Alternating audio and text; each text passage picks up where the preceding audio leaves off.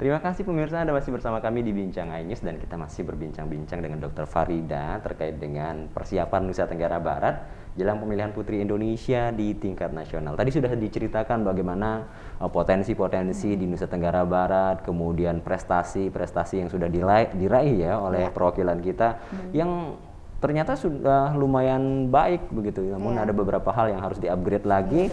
Tadi sudah disebutkan 3B, salah satunya beauty. Boleh dilanjutkan Dr. Farida? Brain. Jadi kalau menjadi Putri Indonesia yang nggak hanya cantik aja tapi juga harus berisi. Misalnya harus pintar.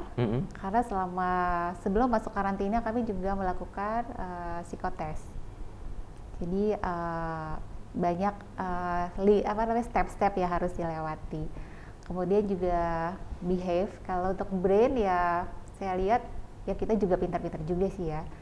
Dan harus berwawasan luas, tidaknya menguasai tentang pariwisata khususnya di daerahnya sendiri. Karena pada saat audisi mungkin karena gugup atau nervous yang sangat ini sampai lupa apa ya gitu. Sebenarnya ini juga ajang untuk mempromosi juga wisata di daerah kita sendiri. Iya. Dan juga behave dan penguasaan bahasa juga penting, nggak hanya bahasa Indonesia. Jadi bahasa asing pun juga penting.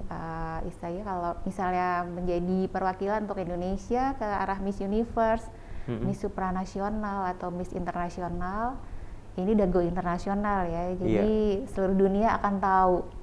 Jadi tidak cukup hanya dengan berbahasa Indonesia, harus punya itu skill mendapatkan nilai plusnya juga. Kemudian berwawasan luas, kemudian juga mempunyai advokasi. Jadi Putri Indonesia ini juga harus memiliki advokasi yang bagus. Misalnya aktif di organisasi, kemudian kegiatan sosial di masyarakat. Apakah pernah menjadi relawan kah atau itu menambah nilai plus lagi. Tidak hanya cantik, tidak hanya pintar, hanya berkelakuan baik ya, tapi good juga attitude juga. Dan yang pasti harus seperti padi ya, semakin berisi harus semakin ini. Bukan setelah menjadi Putri Indonesia NTB habis itu seakan-akan kepala udah naik aja lihat atas terus ya. Iya. Tapi apa yang bisa dia sumbangkan atau dia lakukan untuk negara ataupun daerahnya. Iya, dan tentunya nanti mereka akan menjadi duta dari Nusa Tenggara Barat untuk urusan pariwisata dan lain sebagainya ya. Iya, betul. Dan ini membuka pintu selebar-lebarnya juga untuk karir mereka. Istilahnya dunia pageant ini kan mau ke arah entertain, mau di nasional pun atau mau di Jakarta itu membuka peluang banget untuk mereka berkarir lebih tinggi lagi. Iya.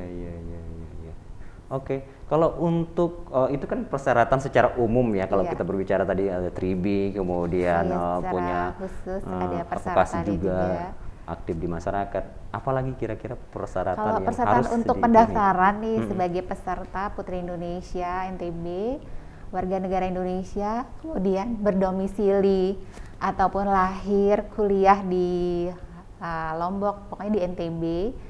Bertempat tinggal boleh, pernah lahir di sini boleh, bersekolah di sini boleh, usia 18 sampai dengan 25 tahun. Wah, saya udah lewat. Oh, enggak bisa juga ya. Bukan putri. Putra nih Mas. Misalnya udah usianya mepet nih 17 tahun berjalan, tapi pada saat grand final atau memasuki finalis di Jakarta, ya setidaknya usia dia sudah memasuki 18 tahun dan maksimal 25 tahun. Oke. Untuk tinggi juga ada, untuk di daerah minimal 165. Kemudian dengan memiliki bahasa tadi, penguasaan bahasa, misalnya memiliki pengetahuan bahasa asing itu menambah nilai plus, berwawasan luas, aktif di organisasi, pernah mengikuti kegiatan sosial, misalnya menjadi relawan juga itu menjadi nilai plusnya lagi. Bagaimana cara pembuktiannya itu kalau misalnya kayak jadi relawan segala macam itu? Pada saat di interview kita menggali apa saja yang dia punya dan segala macam. Dan di form itu di CV juga mereka mencantumkan apakah mereka ada sertifikat atau apa juga boleh menambah nilai plus. Misalnya dia mantan Paskibra, banyak alumni Paskibra akhirnya juga menjadi Putri Indonesia. Karena kemarin yang 2020 kita yang Putri Indonesia NTB 2020 adalah Putri Salsabila Lestari Putrja adalah mantan Paskibra. Dan kemudian dia mengikuti tes untuk menjadi polwan dengan menggunakan jalur prestasi, dengan menggunakan istilahnya prestasi di Putri Indonesia, dan dia masuk sebagai polwan sekarang sedang itu dia pendidikan. Tadi yang dimaksud dengan untuk karir mereka lebih baik itu, lebih mudah itu. Istilahnya jalan sangat lebar terbuka untuk merubah kehidupan yang lebih baik lagi kan ya, masa depan yang lebih baik lagi. Ayo putri-putri Indonesia, Nusa Tenggara Barat ya, yang merasa memiliki. Dan jangan takut ya, saya dengar sih banyak yang kayaknya, aduh takut nih kalau syaratnya berat, terus takut nggak bisa jawab lah, apalah. Ketakutan itu harusnya dibuang jauh-jauh, tapi dibikin menjadi sesuatu untuk memacu. Untuk lebih semangat lagi. Jadi ikut audisi aja dulu, gimana sih? Jadi misal pun gagal, misalnya tahun ini sudah ada pengalaman untuk persiapan tahun depannya mungkin dengan lebih baik lagi. Karena ini setiap tahun ada kan ya? Setiap tahun ada.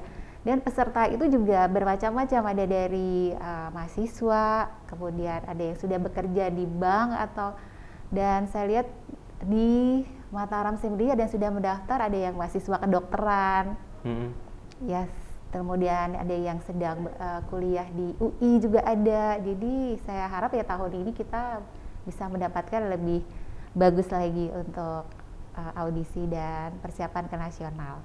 Oke, nanti kita akan lanjutkan, tetaplah bersama kami di Bincang Agnes.